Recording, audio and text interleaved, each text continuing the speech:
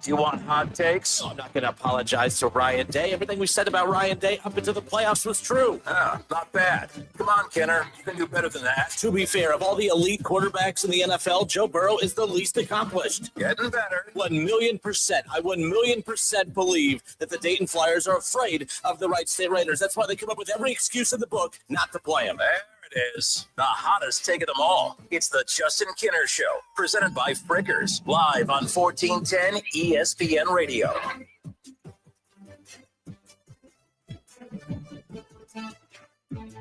All right, everybody, we welcome you in. Happy Monday. The Justin Kinner Show presented by Frickers. Frickers, your home for fun, food, sports, and spirits. We are 12 days away from the NFL season kicking off, and we all know the Browns and Bengals kicked that week off. The Bengals hope to be in a conversation about a Super Bowl this season. The Browns hope to not be in the conversation where they're picking in the top 5 in next year's draft.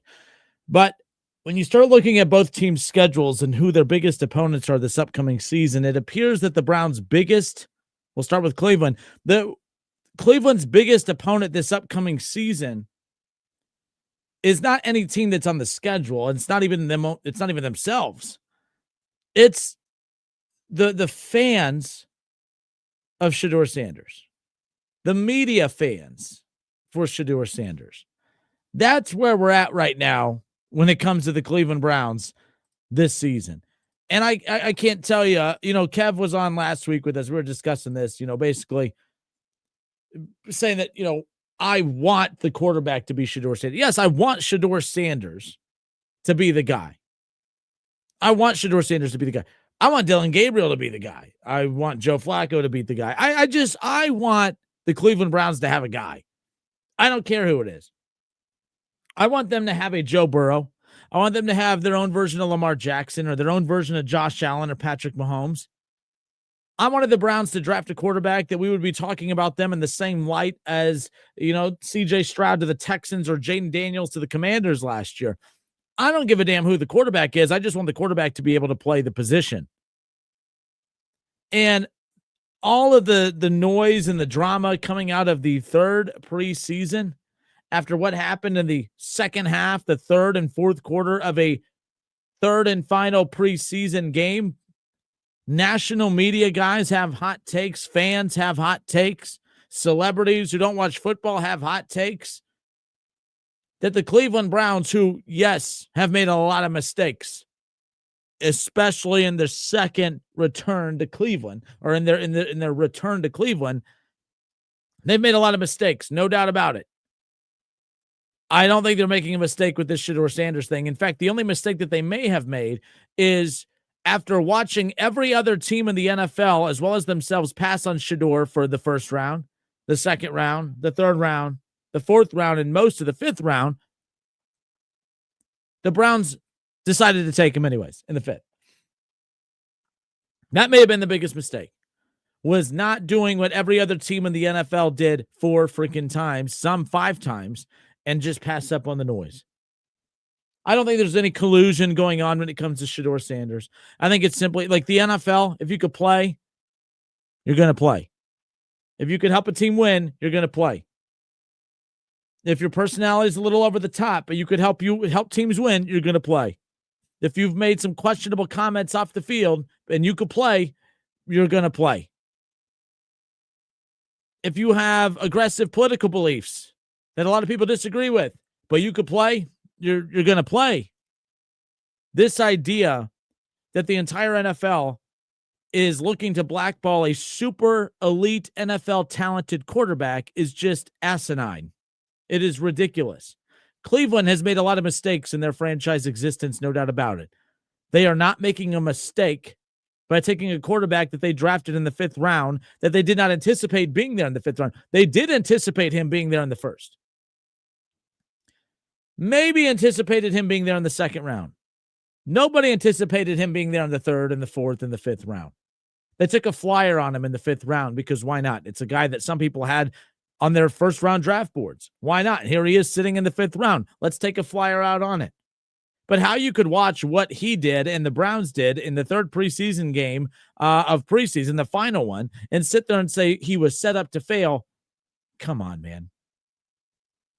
Come on. What are we doing? This is just kind of silly at this point. Cleveland is not trying to take a super talented quarterback and sabotage him. If Shedeur Sanders was the best quarterback in that quarterback room, if he was better than Dylan Gabriel, then that means he would have been everything that Cleveland has just been absolutely praying for. Oh, Cleveland, they were desperate. That's why they paid Deshaun Watson all that guaranteed money. Yes, Cleveland, desperate for a quarterback. And if you don't have a quarterback, you should be desperate for a quarterback because that's the only freaking way you could win in this National Football League. If you are an organization that's desperate for a quarterback, that's not a bad thing. I mean, it's bad that you don't have a quarterback. Being desperate for one, you should. Now, this isn't, my guy Kev, he's in the room right next, he's in the office right next door, so I don't want to offend him. But I think that if you are an organization that doesn't have a quarterback and yet are showing no desperation to get one, I, as a fan, would have a problem with that.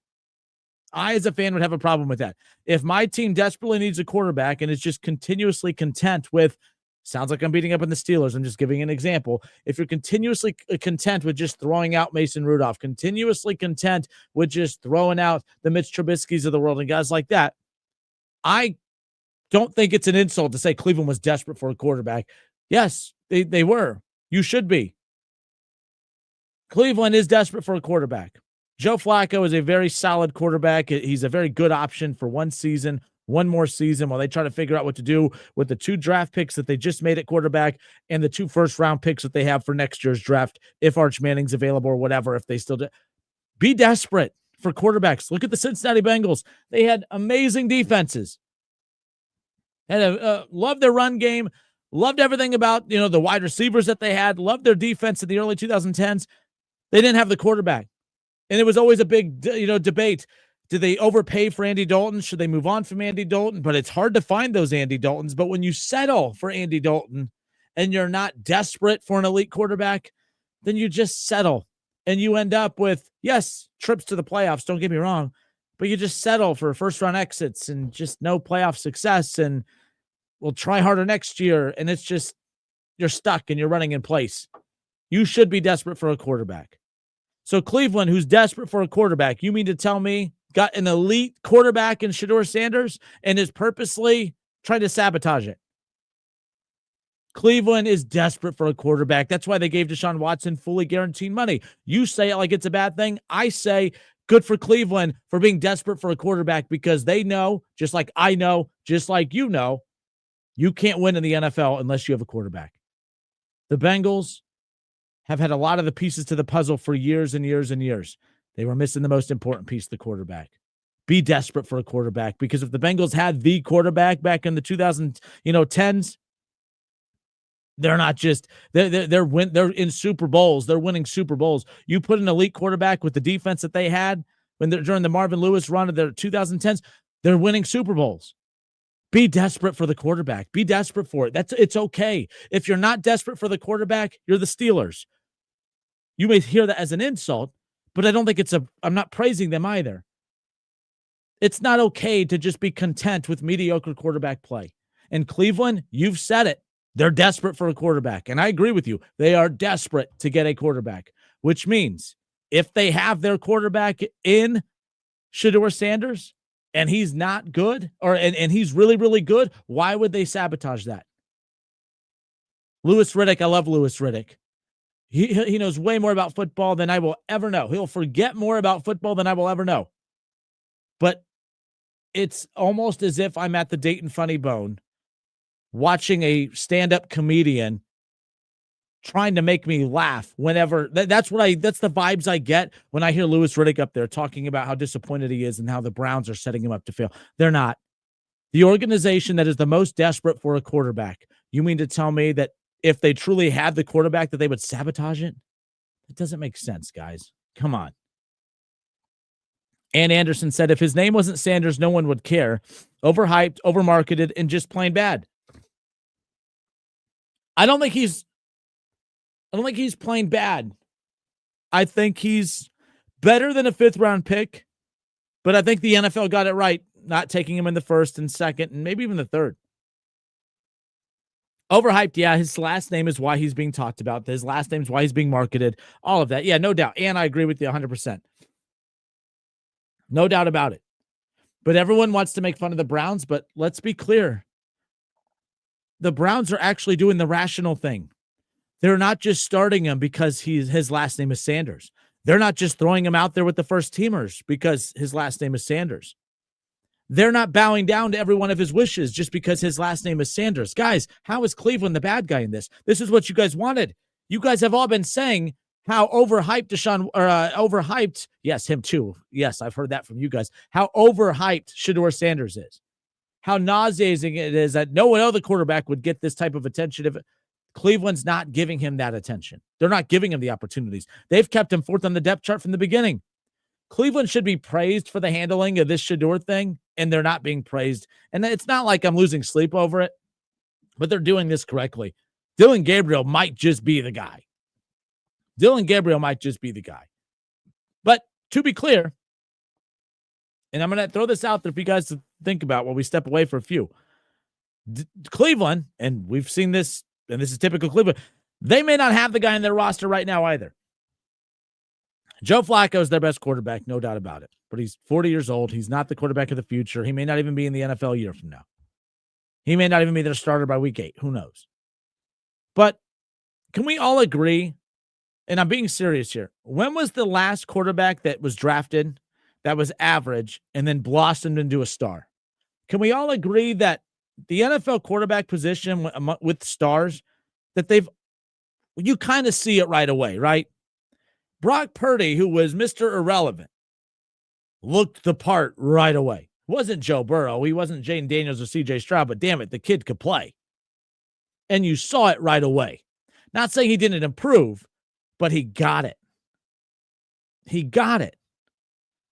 Joe Burrow, he's better today than when he was drafted, but when you saw Joe Burrow for the first time in Cincinnati, he got it. You knew what you knew he had it. Patrick Mahomes, all these guys. When was the last quarterback that you saw that did not look the part and then developed into the part? That's why I get annoyed with all these people that are like Cleveland, that Shedeur's the guy. They're just not letting him go out there. They see it at practice every day that he's not. Dillon Gabriel, I don't even think is the guy, only because if he was the guy, it wouldn't be Joe Flacco starting. CJ Stroud was drafted and was the guy because they saw it and it popped off the field and it was a no-doubter he was the guy.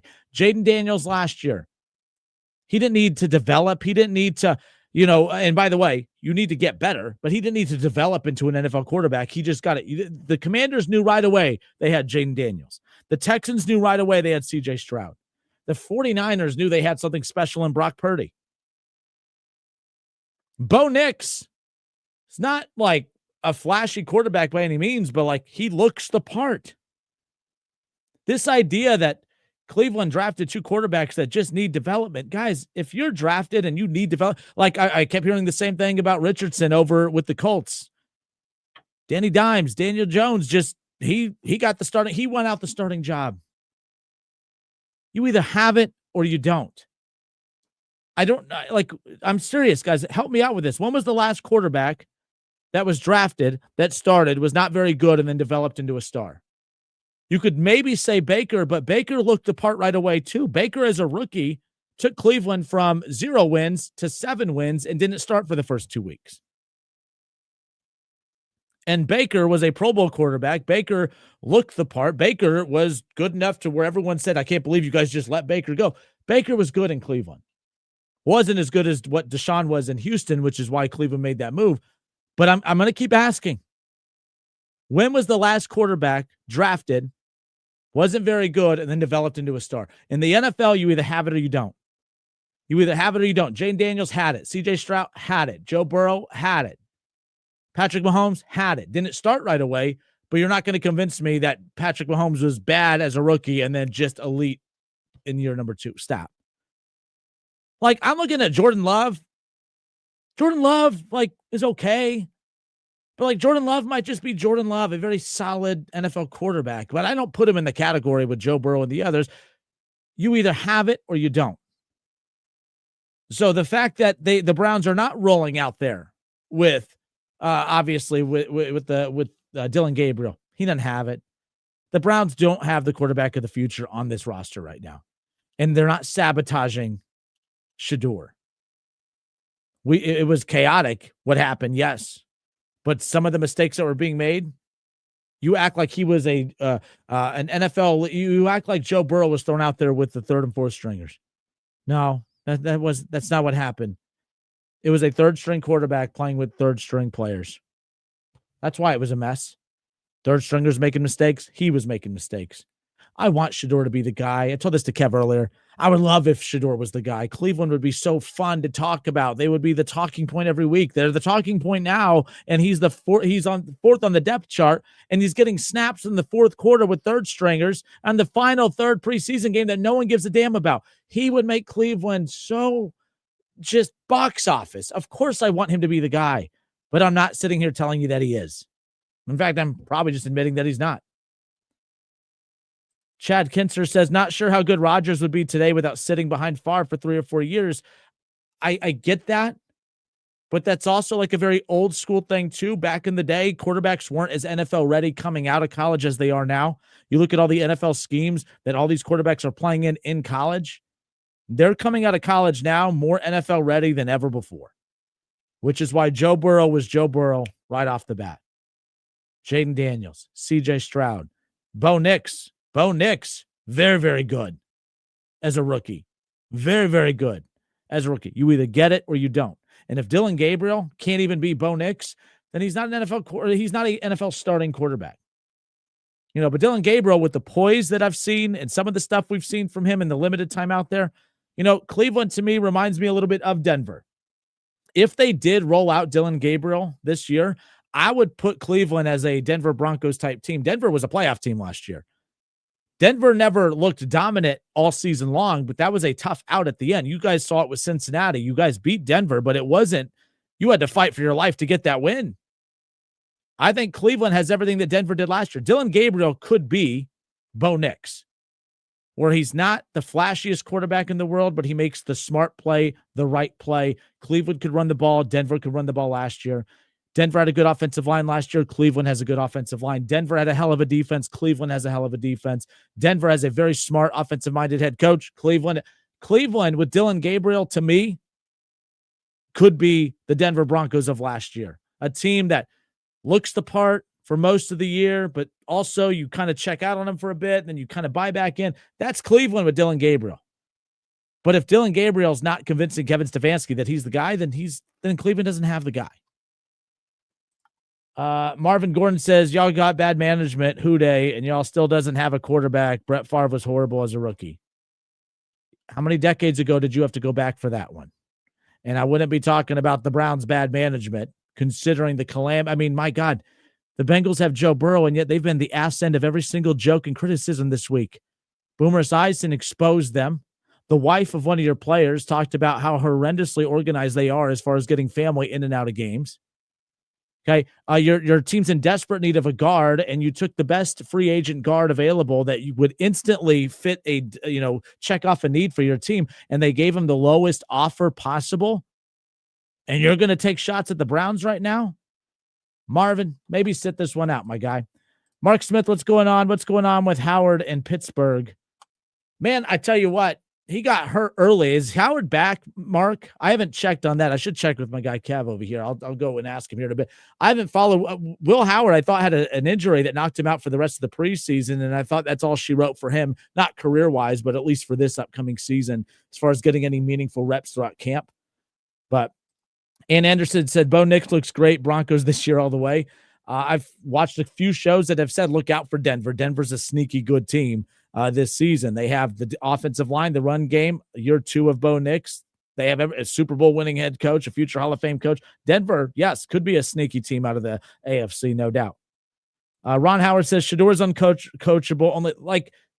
This is where I disagree with that. I don't think he's uncoachable. I don't think he's a bad teammate. I think he's an extremely flashy player that his game doesn't match his persona off the field. Shedeur looks like a rock star. Charisma through the roof. He deals with media very well. He's very respectful. He's not a bad dude. He's just not a good quarterback. He's not an NFL quarterback. He has every check mark of a superstar except superstar qualities on the field. He would be one of the biggest superstars in the entire NFL as a rookie, and almost is, and he has no quarterback talent as far as NFL talent goes right now. But we'll see what ends up happening when it's all said and done. But yeah, keep an eye on that. But like I said, let's pick up with this. 937-518-1410. 937-518-1410. That's the number to call and jump in on the conversation. I'm serious. Cleveland does not have the quarterback of the future on this roster right now. I'm convinced of that. Oh, you got to give Shedeur time to develop. Give Dylan Gabriel time to develop. You either have a superstar quarterback now or you don't. The Texans didn't need to develop C.J. Stroud. The Washington Commanders didn't need to develop Jaden Daniels. The Bengals didn't need to develop Joe Burrow. That's not to say they're finished products. There's a difference between being a finished product and an NFL quarterback. Joe Burrow was an NFL quarterback right off the bat. Same thing with Jaden Daniels. Same thing with C.J. Stroud. Hell, even Bo Nix. Those guys will get better, but you knew they were good right away. If Shedeur can't beat out 41-year-old Joe Flacco, and Dylan Gabriel can't beat out 41-year-old Dylan Gabriel or Joe Flacco, I'm sorry, but we've seen way too many examples in the NFL of quarterback. You're it or you're not. You're coming into the league NFL ready more now than ever. This isn't the 2000s or 90s where you draft a quarterback and sit on them for years. Someone brought up the Packers example earlier with Aaron Rodgers. Guys, Aaron Rodgers, he's 40-something. He's been in the NFL for 2 decades. He was drafted during a different era. He was drafted during a time where teams did that, where you drafted a quarterback to sit on them and develop them. That's an archaic Major League Baseball approach to draft your star and we'll see you in 4 years. That doesn't happen anymore. You draft your star, you see the star. Shedeur was a 5th-round pick. It's not a surprise that he's not starting. It's not sabotage. Dylan Gabriel was picked in the 3rd round. It's not sabotage that he's not starting either. But we'll see. It's the Justin Kinner Show presented by Frickers. We'll be right back.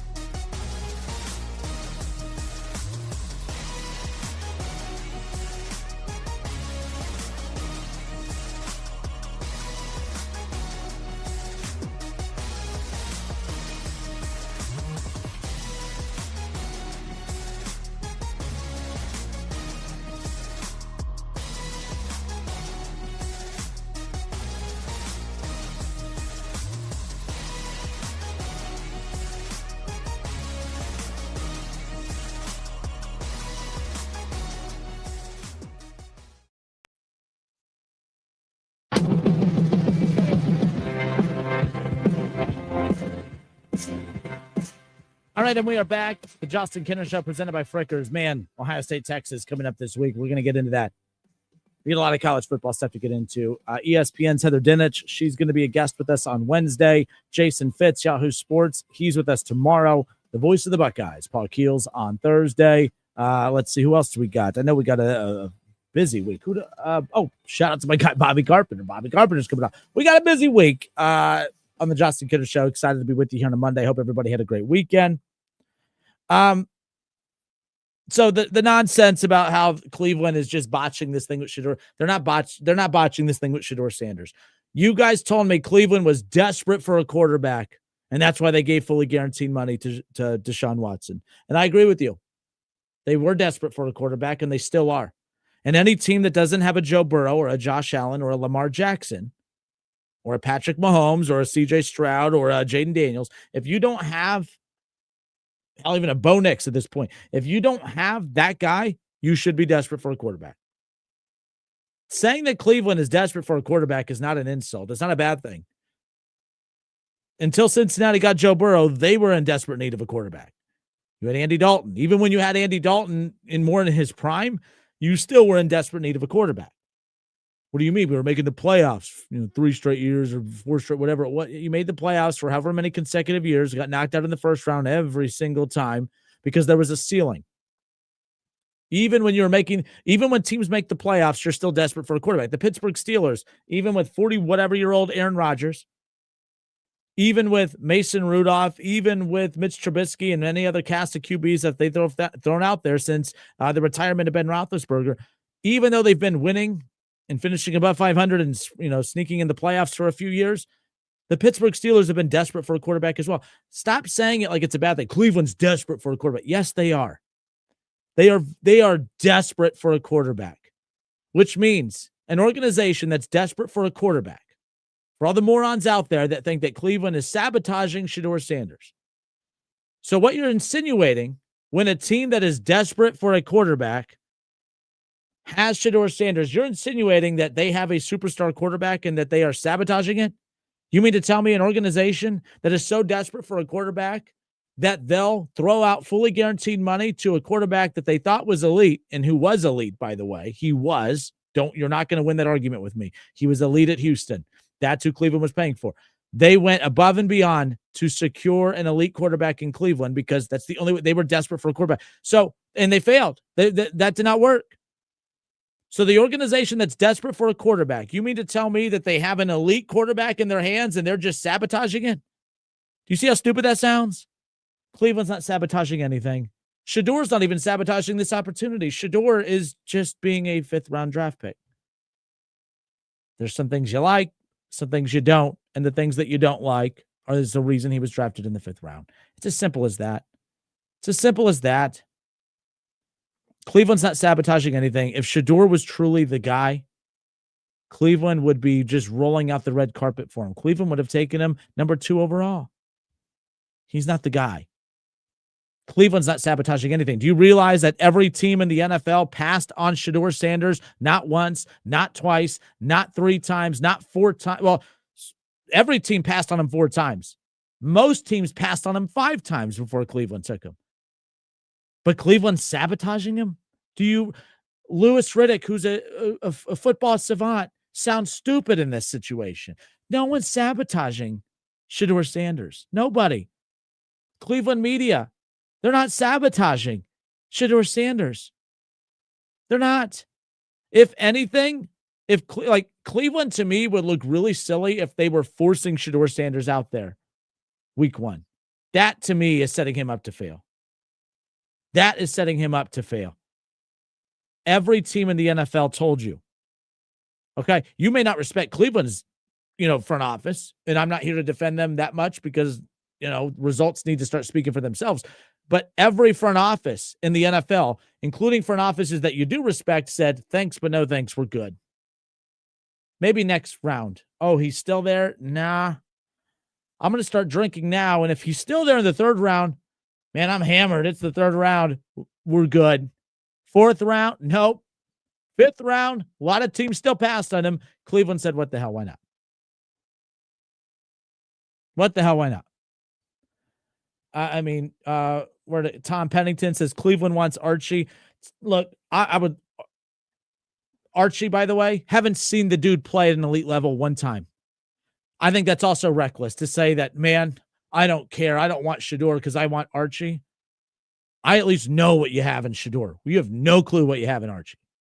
Like, Archie hasn't. Can we wait at least 1 week? Can we at least see what Archie does against Texas? What happens when Ohio State wins this weekend and Archie throws for 211?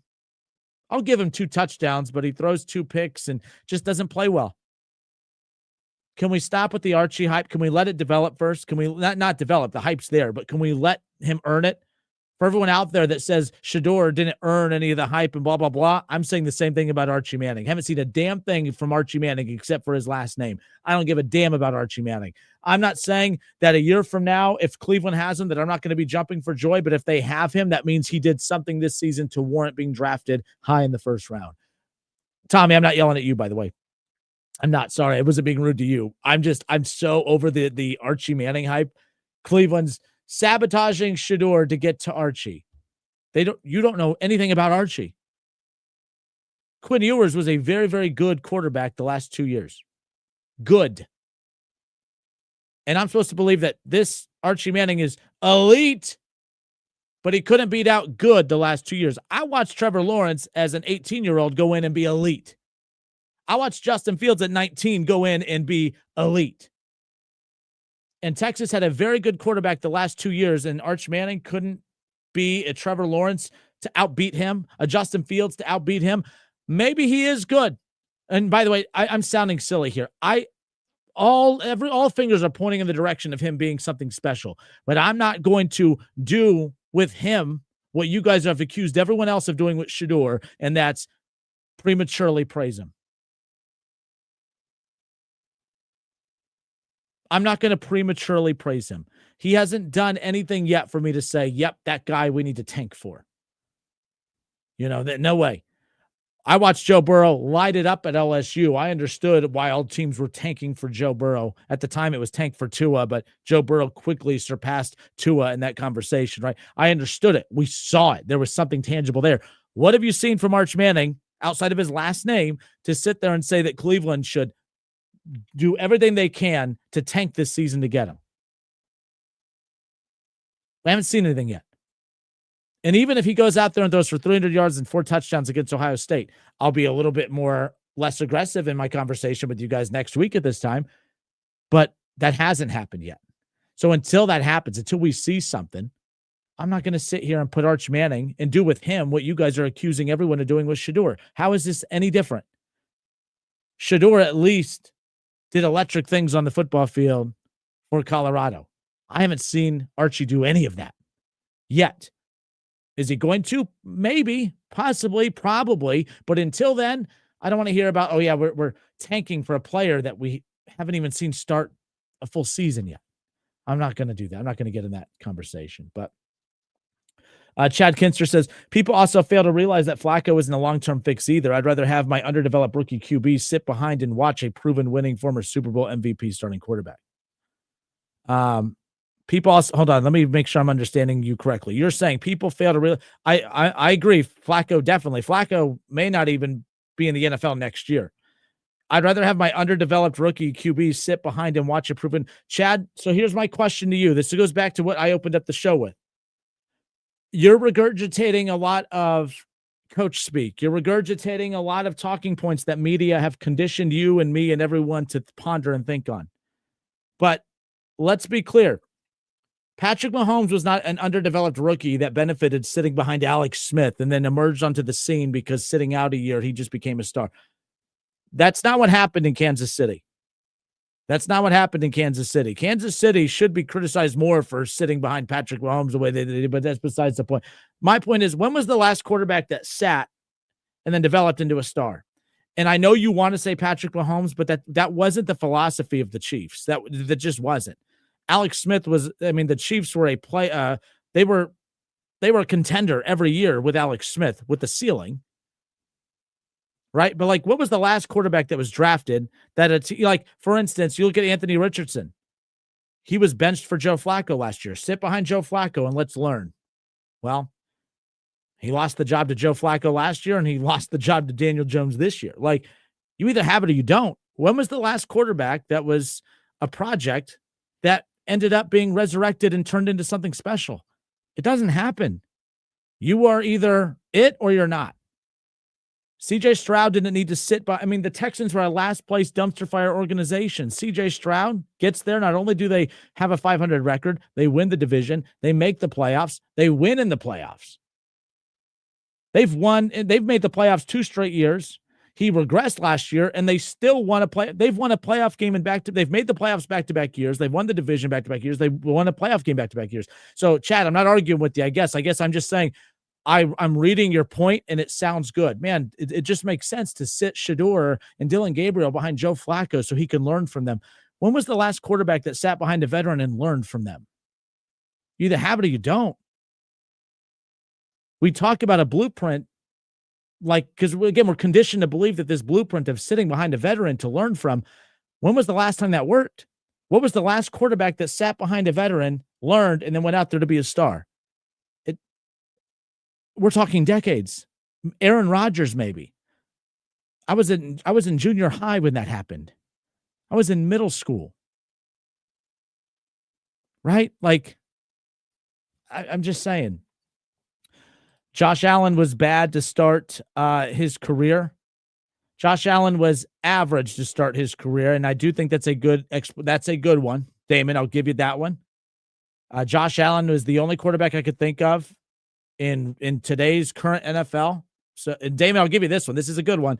Josh Allen's the only one that was drafted that started out just a little iffy, and then emerged into a star. But at the same time, he was drafted by a playoff team. He went to Buffalo and was a playoff team. They had made the playoffs the year before. But yeah, he's way better now than as a rookie. Joe Burrow's better now than he was as a rookie. A lot of these guys, Lamar's better now than as a rookie. But you saw it there. But like Buffalo saw something there. Bo Nix didn't flash off the field. Like, he didn't pop off the field to you. I don't think Bo Nix looked like Lamar Jackson or a Patrick Mahomes or a Justin Herbert or anything like that. But he looked the part. He looked the part, right? Brock Purdy looked the part. Brock Purdy will play in the NFL for a long time. Bo Nix will play in the NFL for a long time. All right? Like, I don't know if Shedeur will. I don't know if Dylan Gabriel will. Like, I just think you're either the part or you're not. Doesn't mean you're a finished product, but you're either you're an NFL quarterback or you're not. You're an NFL quarterback with room to get better or you're not. And I don't think Shedeur's an NFL quarterback. We saw that. I don't think Dylan Gabriel, maybe he could be a backup or whatever, but I don't think, to be fair, I just don't think the Browns are sitting on a starting quarterback right now. Mr. 512, this is so disingenuous. I don't know. Can you more details, please? What's disingenuous? What am I saying that is disingenuous? As far as that's concerned, explain or whatever. I don't know. I don't know what to say. I don't think it's disingenuous at all. Cleveland's not messing up. They're not sabotaging Shedeur Sanders. They're not.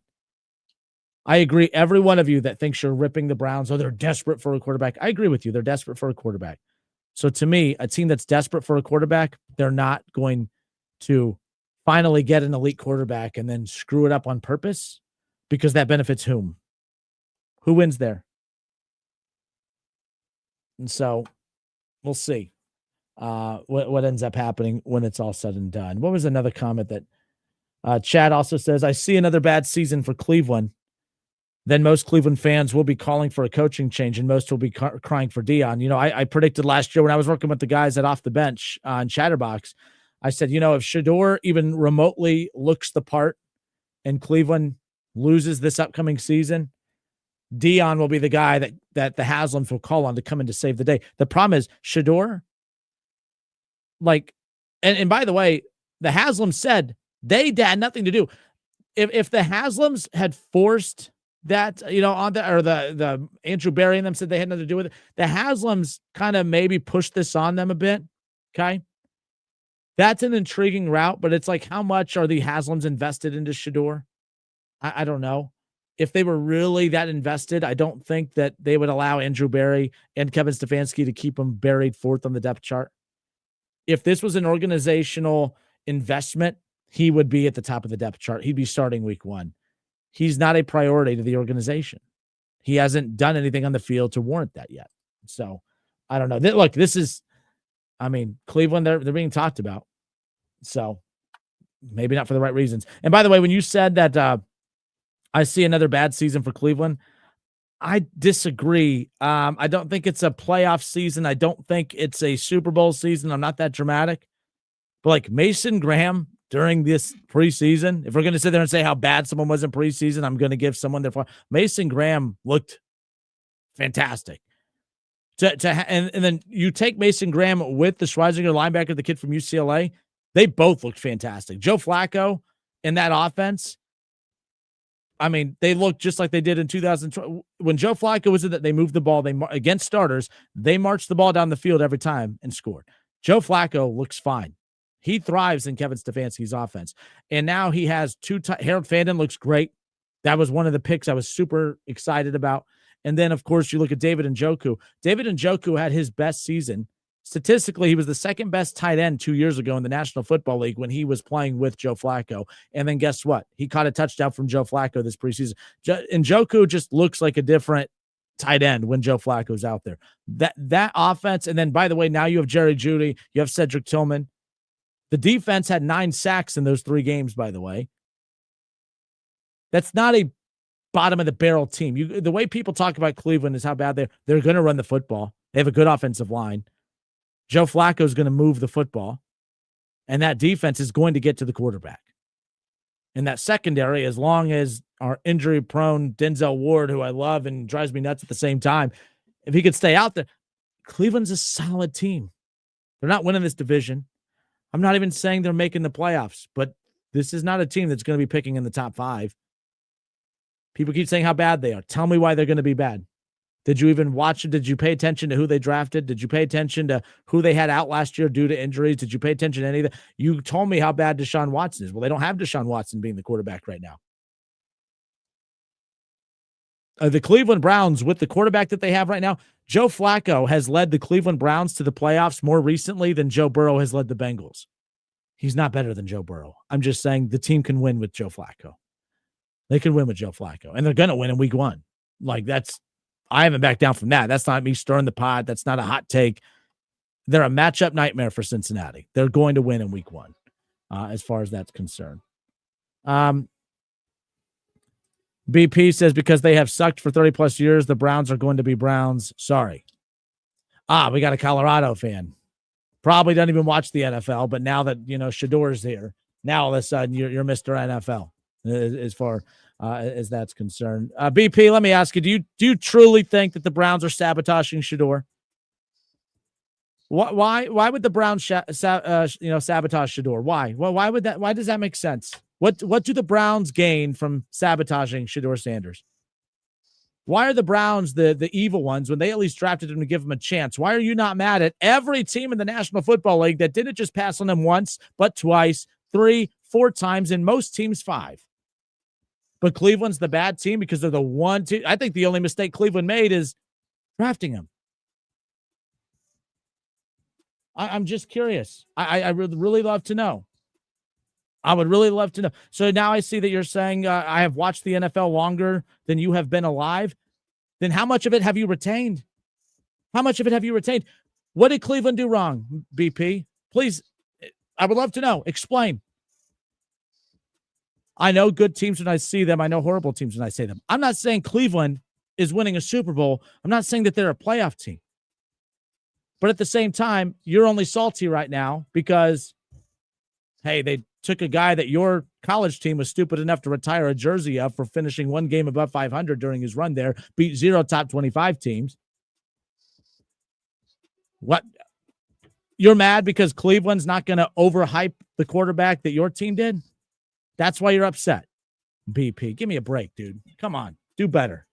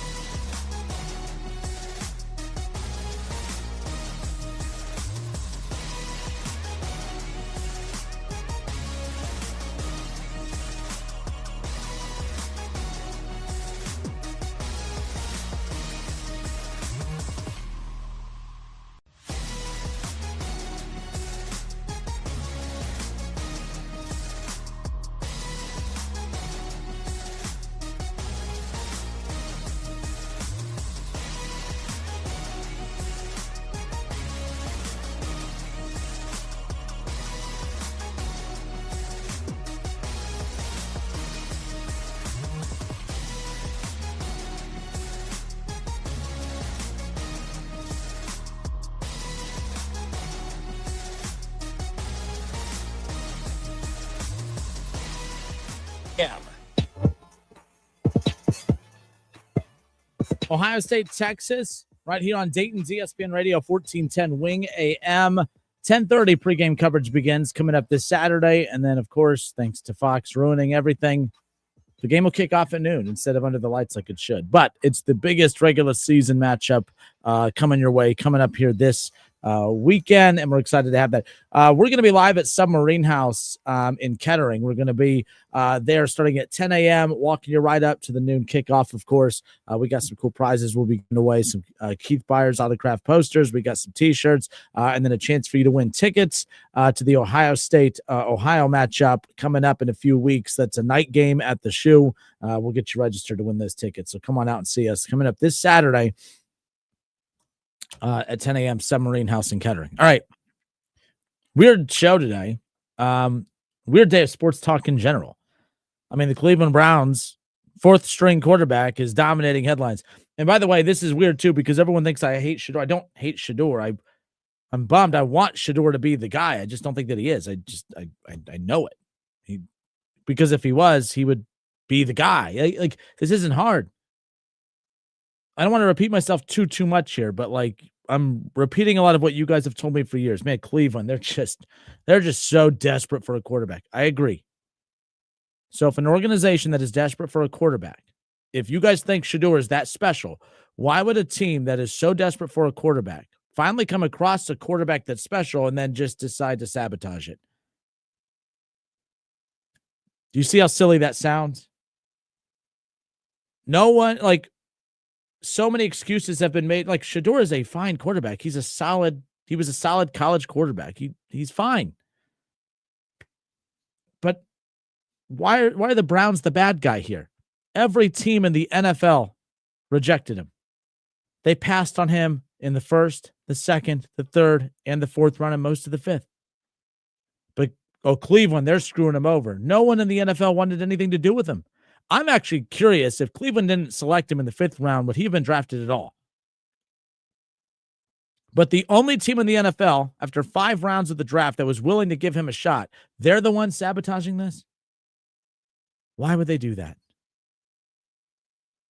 If he is so damn good, like you guys say, why would a team that's desperate for a quarterback, who's been looking for one for decades, finally get one and say, nah, we're good? Why would that make any sense, guys? I don't get it. BP says, because you are the Browns, you do Browns blank. Okay. So, BP, you think the Browns is Shedeur Jaden Daniels? Is Shedeur CJ Stroud? Is Shedeur Bo Nix? Is Shedeur any of those guys? Is that what you're saying? So the Browns have a first-round caliber quarterback that is as good as those guys, in your opinion, and they're just saying, nah, we're good? That's what you think. And I'm the crazy one. The Browns are desperate for a quarterback. And you mean to tell me that they have one now and that they're just choosing not to use him? Come on. Make it make sense. None of them were who they were until they... What? Hold up. I'm going to take this off the screen. I'm going to let you retype it. Use some of that autocorrect if you have it, and then resend it in so that I could just try to make it make sense, because I don't know what you're trying to say. We're going to give it a shot. None of them were who they were until their teams gave them a real shot at playing, because those players were good enough to play. What? Kenny Pickett, who's not very good and has been injured the whole preseason, Cleveland still put them ahead of him. How could you watch what he did yesterday and say, yeah, Cleveland, man, they're screwing him over? They put him out there. They're screwing him. You mean the guy that every team in the NFL passed on 4.5 times? The guy that's 4th on the depth chart. They're screwing that guy over?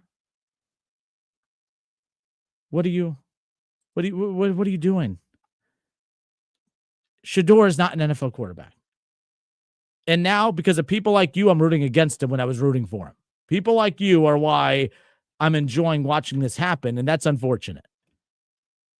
It's unfortunate because there's not one thing. You're just sitting there saying, well, it's the Browns. That's why. You're not telling me why Shedeur is the guy. Why is Shedeur the guy? Why is Shedeur? Is there any college stats that support you? Is there anything?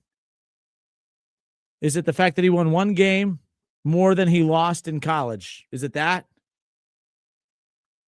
Is it because your program, Buffalo, or your program, Colorado, the Buffaloes, is it because they overhyped him and retired his jersey? Wasn't a Heisman finalist, didn't do anything?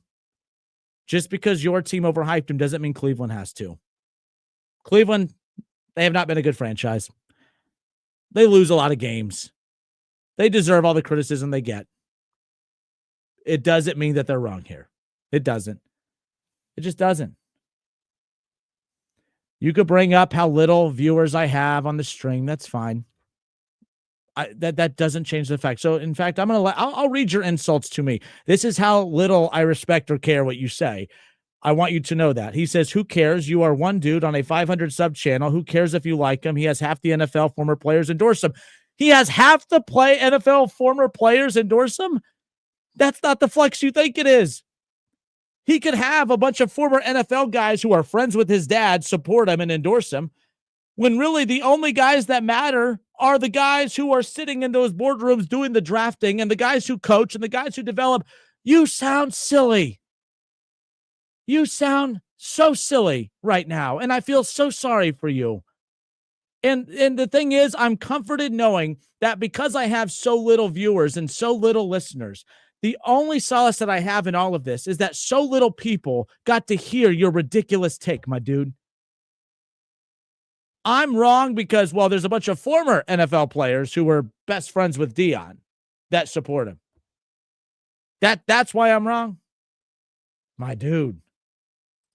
Chad says people just want him to excel so badly because of who his dad is. They fail to think about other college quarterbacks that were elite and even in the Heisman running didn't do anything at the next level. The guys who sit in the boardroom are as smart as Dan Snyder. Yep, they are smart. So you're using a guy who's not even in a boardroom. My gosh, dude. Like, at least foul these off. I mean, at least extend. I mean, you got to start fouling some of these off. I mean, you're just straight swinging and missing. But anyways, once again, just keep the insults coming my way. That's fair. Insult me like crazy. You ain't going to. I've been doing this for 10 years. I've been called a lot worse by a lot better. You ain't going to win this war with me.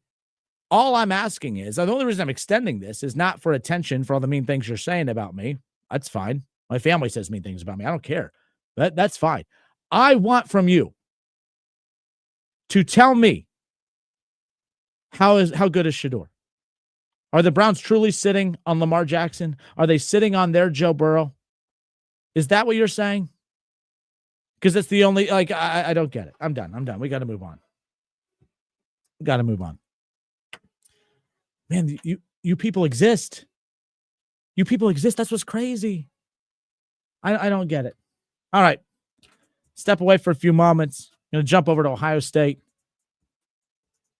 I mean, I don't know what's crazier. Talking about the Cleveland Browns' third preseason game with the all-cut team, or the fact that we've been talking Colorado football when we are Dayton's radio home for Ohio State football, and they a real team, actually play another real team in a game that people actually want to watch coming up this weekend. And that's what we're going to switch our attention towards. My brain's fried. I'm tired. That was exhausting. Sorry, guys. I didn't mean to spend so much time on that. That was wild. I'm having a hard time believing, again, on the way out here as we wrap up the first hour. Cleveland, desperate for a quarterback, apparently has found their Lamar Jackson, their Joe Burrow, their Josh Allen. And the Browns have said, you know what? We've been so desperate for a quarterback for so long, we actually don't really want a quarterback, so we're going to mess this up. It's either that or he's just not that good. And I think it's that, because every team in the NFL told you that after the first round, the second round, the third round, the fourth round, and most of the fifth round. I'm repeating myself, but I'm saying it slower every time, just hoping that it makes sense to him, because apparently it doesn't. I don't get it. It's the Justin Kinner Show, presented by Frickers. Frickers, your home for fun food, sports, and spirits. We'll be right back. Thank you, chat. He said he's proud to be one of the 500 viewers. I appreciate it. By the way, way less than 500 viewers. Way less. He's right. Not a lot of viewers. I mean, facts. I mean, that's not even an insult. Those are facts. Facts are facts. I don't know what you want me to say to that. More facts. Shedeur is not an NFL quarterback. He's just not.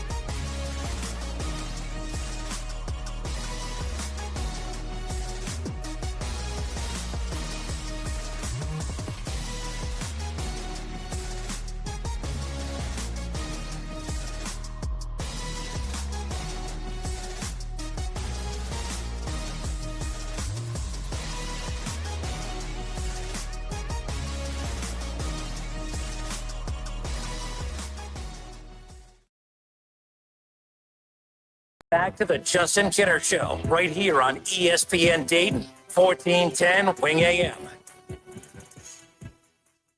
All right, we welcome you back. It's the Justin Kinner Show, Dayton's ESPN Radio, 1410 Wing AM.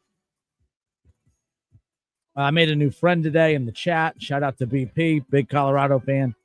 The entire NFL is out to get Shedeur. I learned something today. The entire NFL. Let's see. Where'd he go? Said he can go all day, blah, blah, blah, blah, blah. Oh, this was... Send the link to dial in, man. You got the mic. Don't be a wimp, man. I'm not a wimp. 937-518-1410. 937-518-1410. The number to call. Jump in on the conversation. And I appreciate the support of the show, by the way. My few and very little listeners, as he highlighted, yes. We're not streaming thousands of people. I completely get that. But shout out to Shaw. He goes, I'm part of the few and proud listeners. I appreciate that. Chad Kinser on Facebook says, I'm proud to be one of the 500 viewers. Thank you, kind sir. I appreciate that. Dustin, you have two first names or two last names. Doesn't matter. Dustin. I'm going to count you as two viewers, by the way. I'm a part of the few view and listeners, and I enjoy listening to the Justin Kinner Show. Thank you, my friend. Thank you. I appreciate it. He says, I'm a part of the few and very proud listeners of the Justin Kinner Show. He is great at what he does. I appreciate that. I mean, my burner accounts are just working overtime today, as far as that's concerned. But nonetheless. All right. So we had more news today. Is this Trey Hendrickson thing ever going to end? Like, are we finally going to be done with this Trey Hendrickson thing at some point? So, according to Jordan Schultz, there has been a development as talks have restarted with All-Pro defensive end Trey Hendrickson on a new deal for 2025. So Jordan Schultz says that his understanding is that the two sides have been exploring a more unique avenue to get something done, giving Hendrickson more money this season while still letting his contract expire after the year. That's what's been discussed. More work to do, but there's cautious optimism, according to a source of Jordan Schultz. Now, I trust Jordan Schultz. Jordan Schultz does a good job. He's the one that really he broke the news and got all the news done regarding the T. Higgins and Jamar Chase deal. Here's the thing, though. Like, I wonder, I don't know if you guys have been paying. I know Bengals fans have.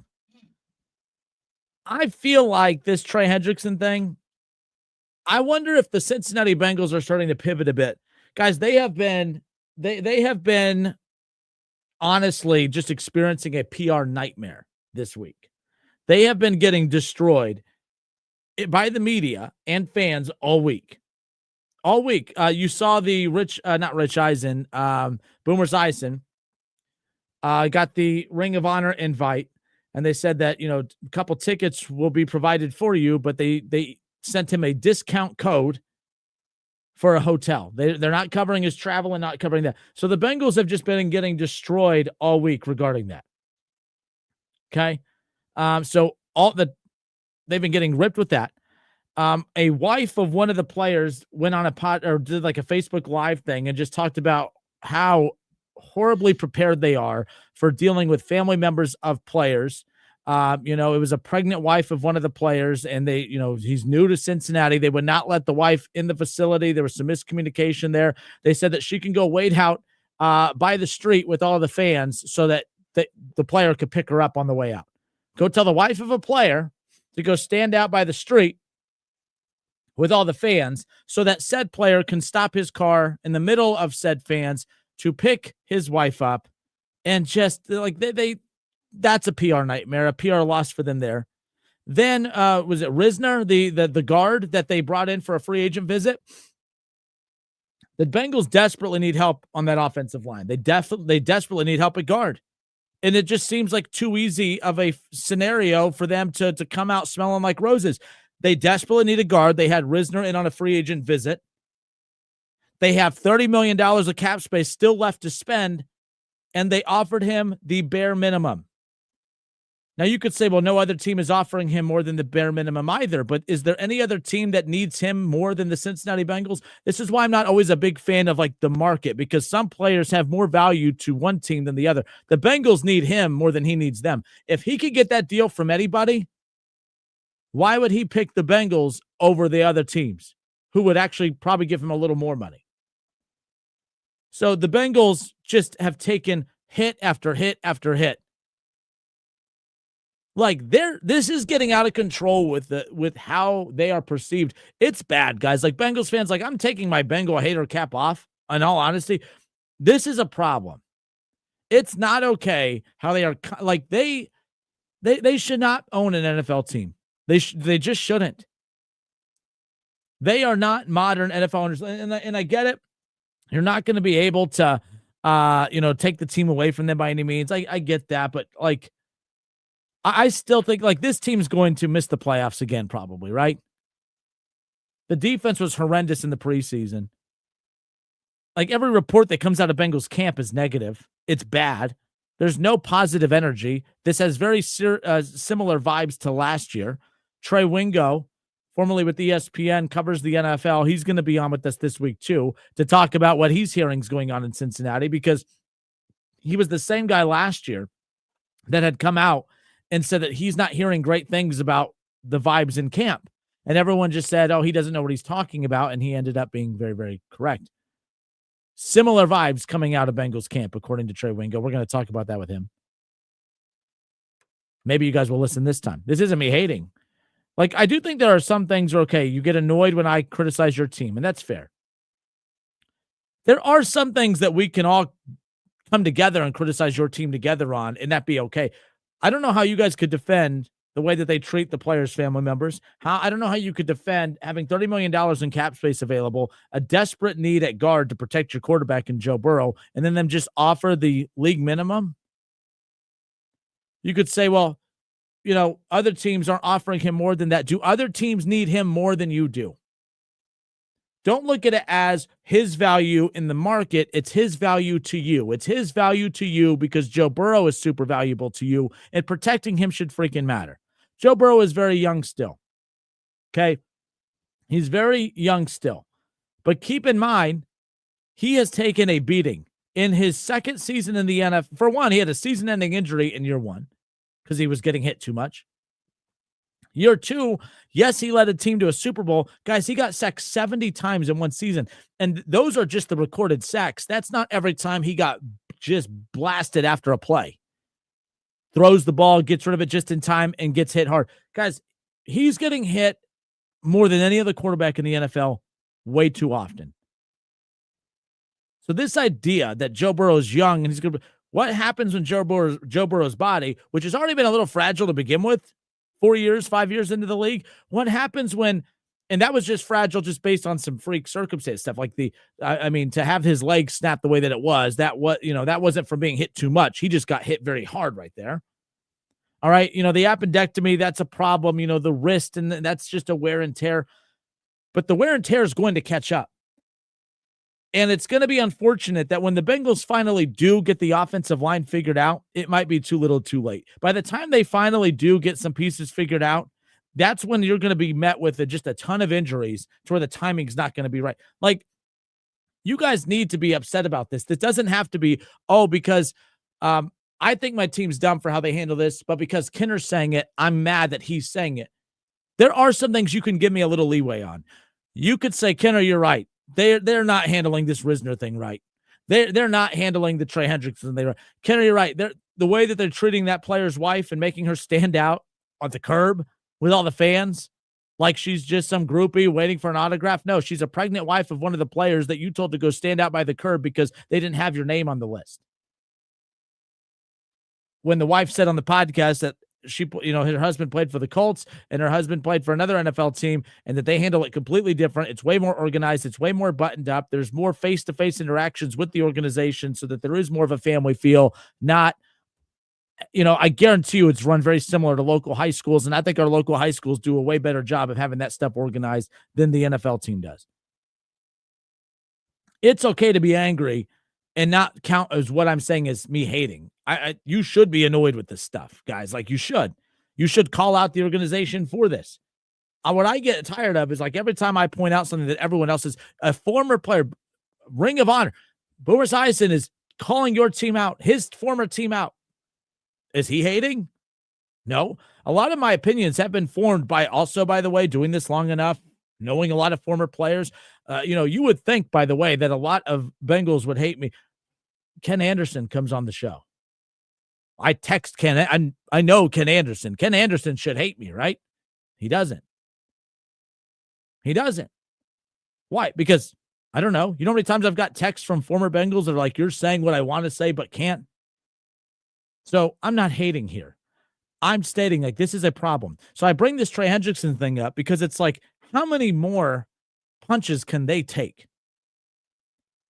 So Shaw said, where did Shaw go in here? He brought a point that I thought was a good one. Weird talks have heated back up when the preseason is over. That's just weird. Shocked. I'm shocked. I'm assuming there's a lot of sarcasm there, my dude. But I bring this up because it's like they're just getting beat up in the media every single day. They play Joe Burrow in the preseason, they get beat up. Which I'm defending them here. I'm kind of defending him here. I didn't like that they played Joe Burrow in preseason. I thought that the reason that they did it was for the wrong reasons. We all know that the Bengals' slow starts have been because Joe Burrow has been injured every offseason or every camp, and that when he finally does heal up, the Bengals take off. And it's not a slow start because, he didn't play in preseason games. It's because he wasn't healthy. So, it is what it is. But I am curious to see how that's going to work. Look, my dude, we'll get back into this because it looks like my dude BP. Look, my man, I came across this channel by accident. I'm on hold. If you want to have this debate, let's go for it. Otherwise, I have other things to do. Wrap up the filibuster. This ain't no filibuster. So BP, is that your name? BP, you're on live. Is that your name? What's your? That's right. What's your name? BP is on the line. Just call me B. All right, B. What you got? Yo, man, listen. How much film have you watched of Shedeur actually playing? Film? Like I'm a coach? Okay. How much of games have you watched him play? I'm a Shedeur fan, whether you want to believe it or not. I'm a Shedeur guy. That's why I'm asking you a question. I watched every time Colorado was on TV, I was watching Shedeur at Colorado. Okay.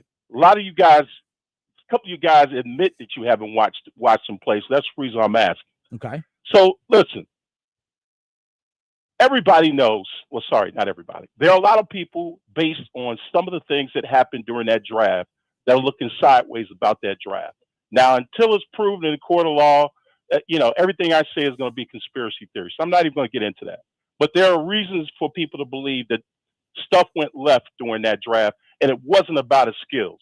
As a matter of fact, most of the people who were even against him said it wasn't his skills. It was something he said in some obscure meeting with some coach that is one coach out of 30 plus teams that had a problem.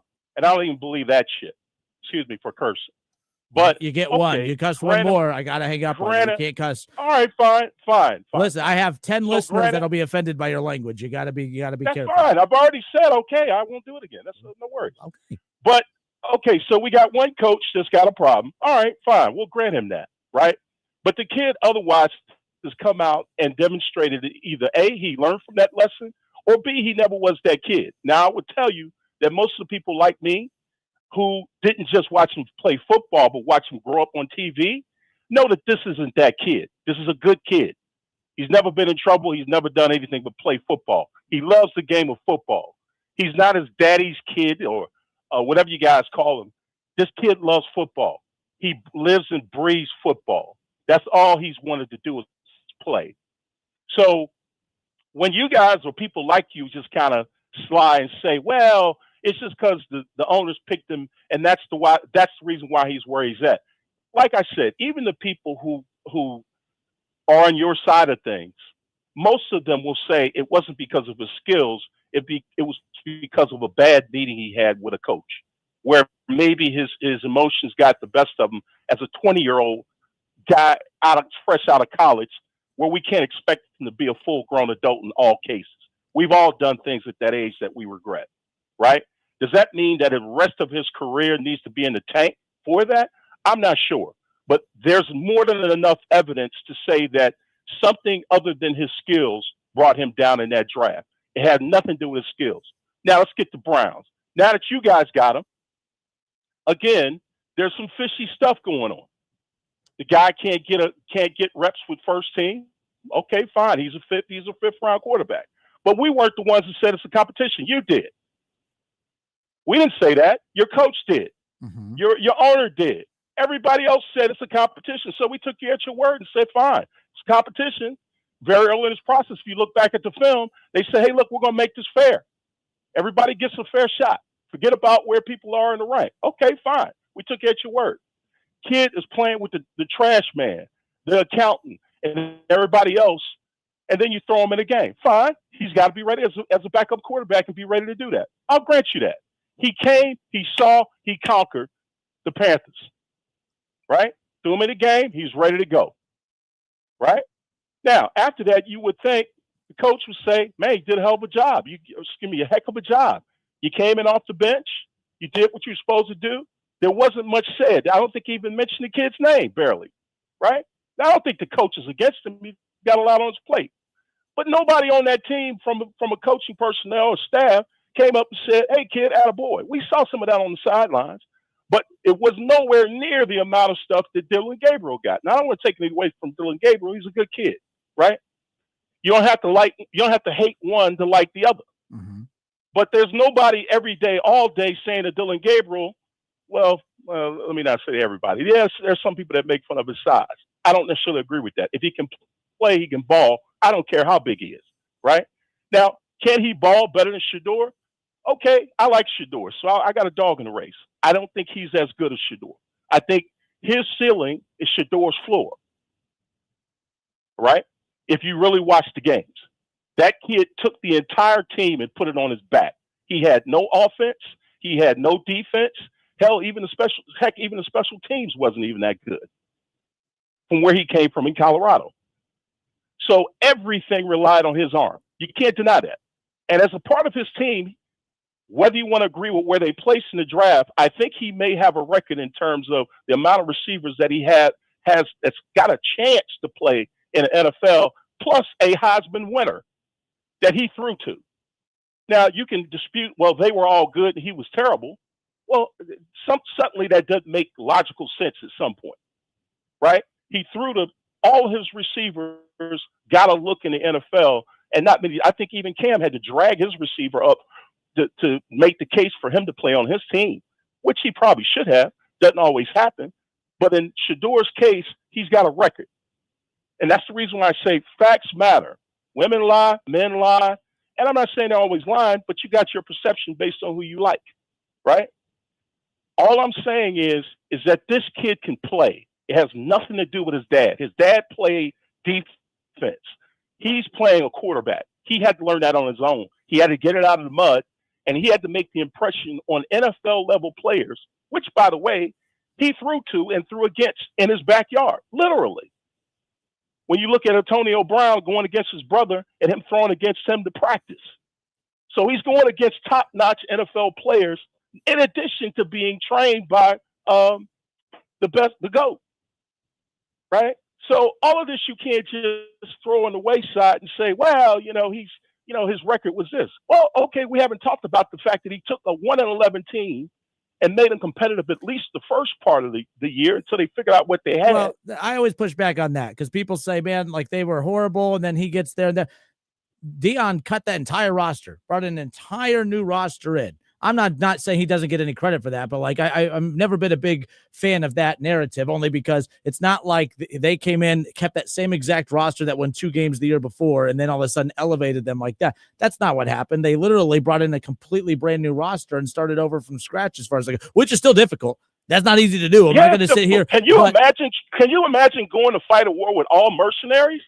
But a war in today's college football, though, that a lot of teams blow up their rosters quite often. I'm not saying he doesn't get any credit for that, but let's not act like he took the exact same roster that was horrible the year before. Man. Listen. Everybody was looking at Prime sideways because of what he did at Colorado. But I'm a Prime guy. I'm not even anti. I'm not even anti-Shedeur in this particular situation, but everything that you bring up, and even the stuff I brought up about the relationship with Dion and obviously the Haslams in Cleveland, all of that stuff doesn't matter. All that matters is what happens in camp. And I'm going to trust a head coach that has taken multiple coaches, and in Cleveland, as bad as they are, you're right, Cleveland's bad, but the one head coach that has had success there, that has had multiple double-digit win seasons, multiple playoff appearances, and has done it with multiple quarterbacks, I'm going to trust that if he sees something there that is going to work, that he's going to utilize it. And if he sees something that's not going to work, that he is not. I want Shedeur to be the guy. I have a guy that I do the show with from time to time that says, man, you're burying Dylan because you want it to be Shedeur. And I'm like, yes, if I had to pick, I would rather it be Shedeur. But I'm not going to sit here and act like Cleveland is sabotaging this. They have him in practice every single day. He has his opportunity every day. You're bringing up stuff that has nothing to do with it. I am not among the people that are saying he's outright sabotaging the kid. I'm not that person. But I know that there is some favoritism there in terms of his guy. His guy is Dylan and Pickett, right? Or his guys, right? Mm-hmm. And Burrow, I'm sorry, not Burrow, but the main quarterback, Flacco, is a placeholder, right? Yep. And a very safe placeholder for his job. I get that. And if I were a guy in his job and I got to roll the dice on my job, Flacco is going to lead it until I can figure out what Shedeur's got. But meanwhile, Gabriel and Pickett are his children, right? And so with that in mind, he's doing some things that are unorthodox. Everybody sees it in terms of his kids that he picked, right? He's got a guy having you play barely even a few snaps, and he's talking about him starting or being in QB2 position. But he's also a guy that's been in the league. He's also a guy that's been in the league for a few years and was the backup quarterback for a team that just won the Super Bowl. All right. You sound like a guy who knows football. Everybody who knows football. No, Pickett is not.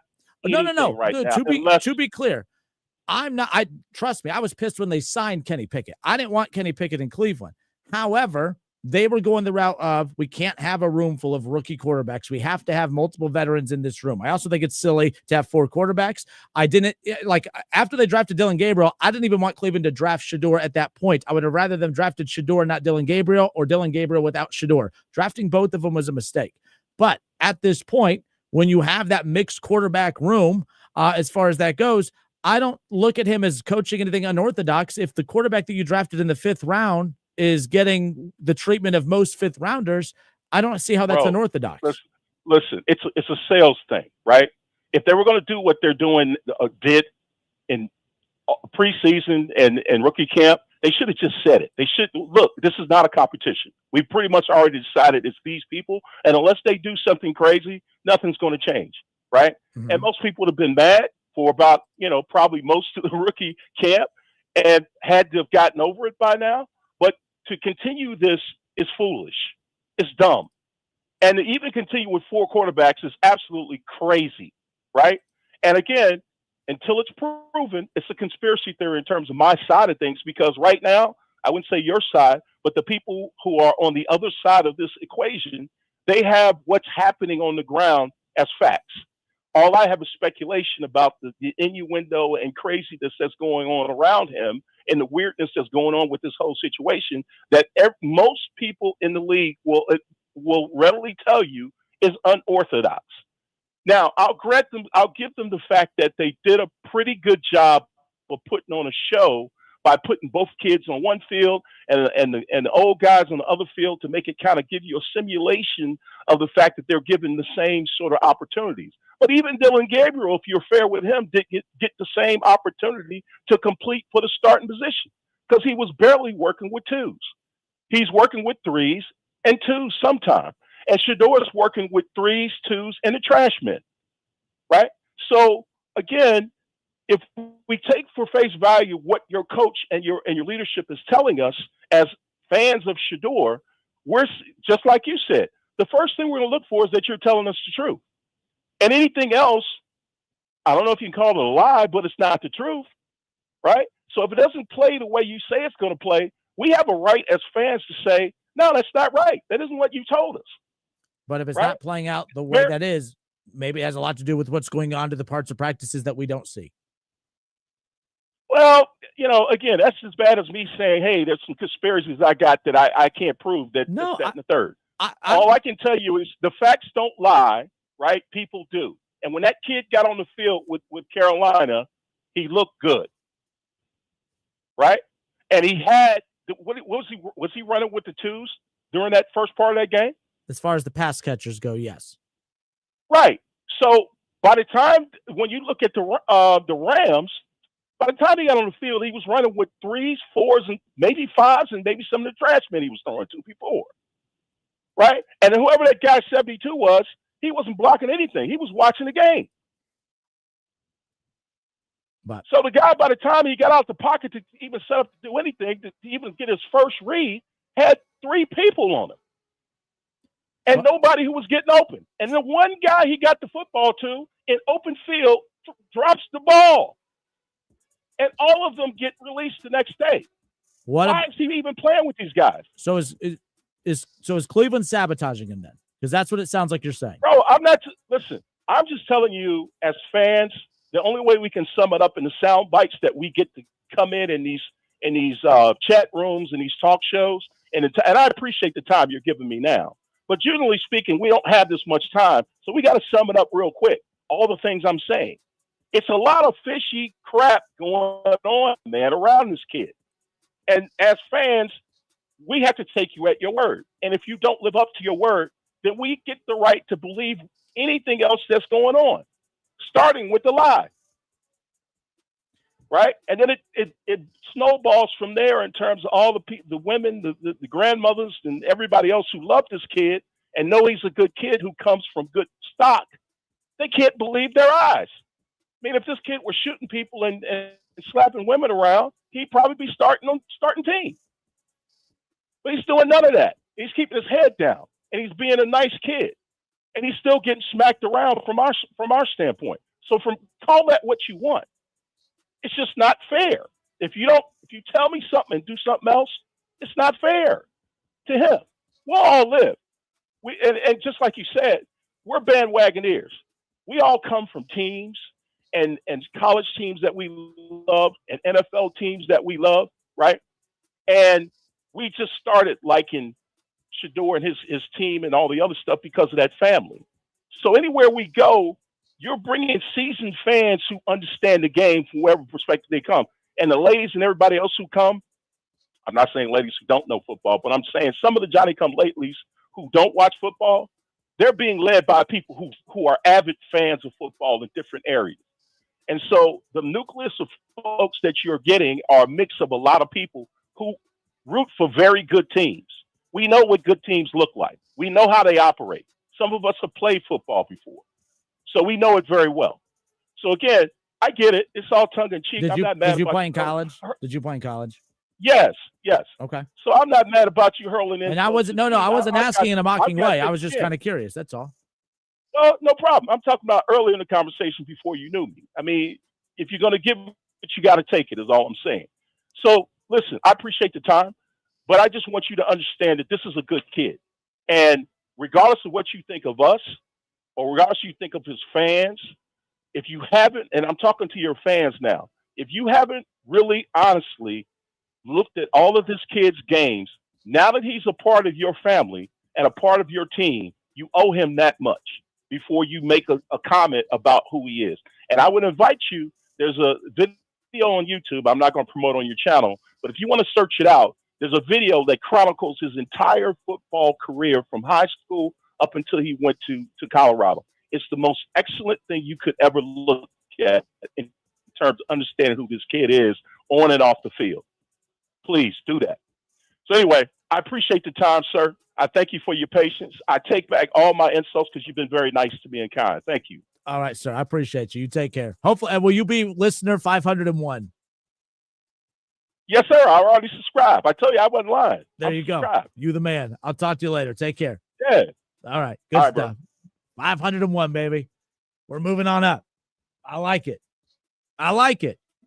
All right, good stuff. The Justin Kinner Show presented by Frickers. Frickers, your home for fun food, sports, and spirits. Let's see. Going down this, Ryan Holzapple Cleveland has struggled with quarterbacks for as long as I can remember, so until they prove me wrong, they should absolutely be doubted with whatever they do. They gave Deshaun Watson what will go down as the worst contract in NFL history. Okay. We're just saying the same things over and over and over, right? Cleveland has struggled with quarterbacks for as long as I can remember. Okay. I'm not really sure what the point of that is. I mean, I know what you're saying, but I don't know what the point is. The point is, like, Joe Flacco starting. He's the best quarterback in that room. There you go. There wasn't a whole lot of options at great quarterbacks in this draft. Cleveland took 2 of them. I think that's the mistake that they made. And then bringing the Deshaun thing up. Yes, it didn't work. Okay. I mean, I don't know what you want me to say. I mean, the Bengals have spent about as much money on their offensive line as Cleveland did on their quarterback, and we could say that both haven't worked. So, you know, you're going to highlight your team's mistakes too. I don't know what you want to keep bringing up the Deshaun thing for. Like, I'm not going to sit here and say that it has worked. It has not worked. We agree it has not worked, but you like to bring it up over and over and over, probably to get the reaction you're getting from right now. So kudos, you win. But the bottom line is, at the end of the day, Cleveland, they swung for the fences. They went and tried to make a home run move. They did, from a standpoint of going to get a quarterback that was the real deal when he was in Houston. He was not the real deal when he got to Cleveland. Don't know what you want me to say about that. Cleveland's desperate for a quarterback, which is, to sum up the whole point of today's show, Cleveland is so desperate for a quarterback that there's no way in hell that they're sitting on a super talented quarterback and just purposely not using him. If, in my opinion, if Shedeur was the guy, he would be out there. He'd be playing. He'd be with the ones. He'd be starting in front of 55-year-old Joe Flacco.